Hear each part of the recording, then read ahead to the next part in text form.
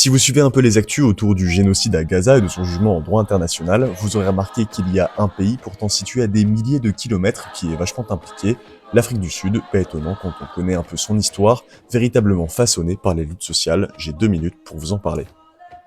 En 1910, les Britanniques décident de regrouper 4 colonies et de leur donner l'autonomie. Ainsi naquit l'Afrique du Sud, premier état africain de l'Empire à obtenir une semi-indépendance, bien avant les autres.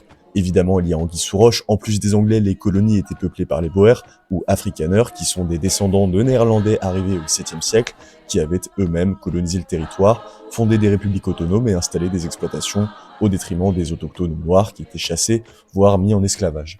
Alors, la relation entre les Anglais et les Boers, ça a toujours été compliqué. Ils se sont fait la guerre à 2 reprises et la dernière s'est même conclue avec la mise en place de camps de concentration. Mais toujours est-il qu'en 1910, ce sont eux qui tiennent les rênes du pays. Fini la fitna, après tout, il reste des Blancs.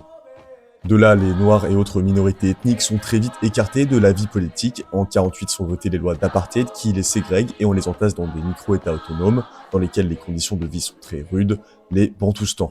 En parallèle, des mouvements noirs émergent et se renforcent. Un tournant répressif est pris en 1960 avec le massacre de Sharpeville, durant lequel la police tue 69 manifestants et interdit 2 partis noirs, le PAC et le Congrès national africain, l'ANC, dont l'un des membres éminents, Nelson Mandela, est arrêté 2 ans plus tard.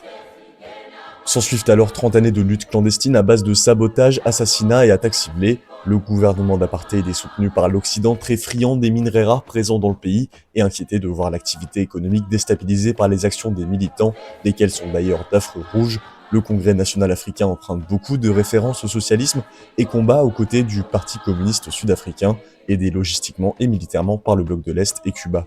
La situation devient tellement insupportable pour les élites blanches qu'elles finissent par céder au début des années 90, décriminalisation des mouvements noirs, abolition de l'apartheid et surtout élection de Nelson Mandela, une victoire fruit de longues décennies de lutte antiraciste et anti-impérialiste.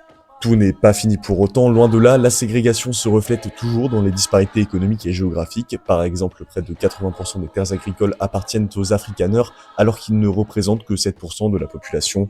Ces plaies qui peinent à cicatriser ont contribué à la popularité des combattants pour la liberté économique, ou l'EFF, parti radical aux inspirations marxistes-léninistes et fanoniennes, dirigé par Julius Malema, une figure assez controversée, y compris à gauche, pour ses positions parfois masculinistes et pro-russes.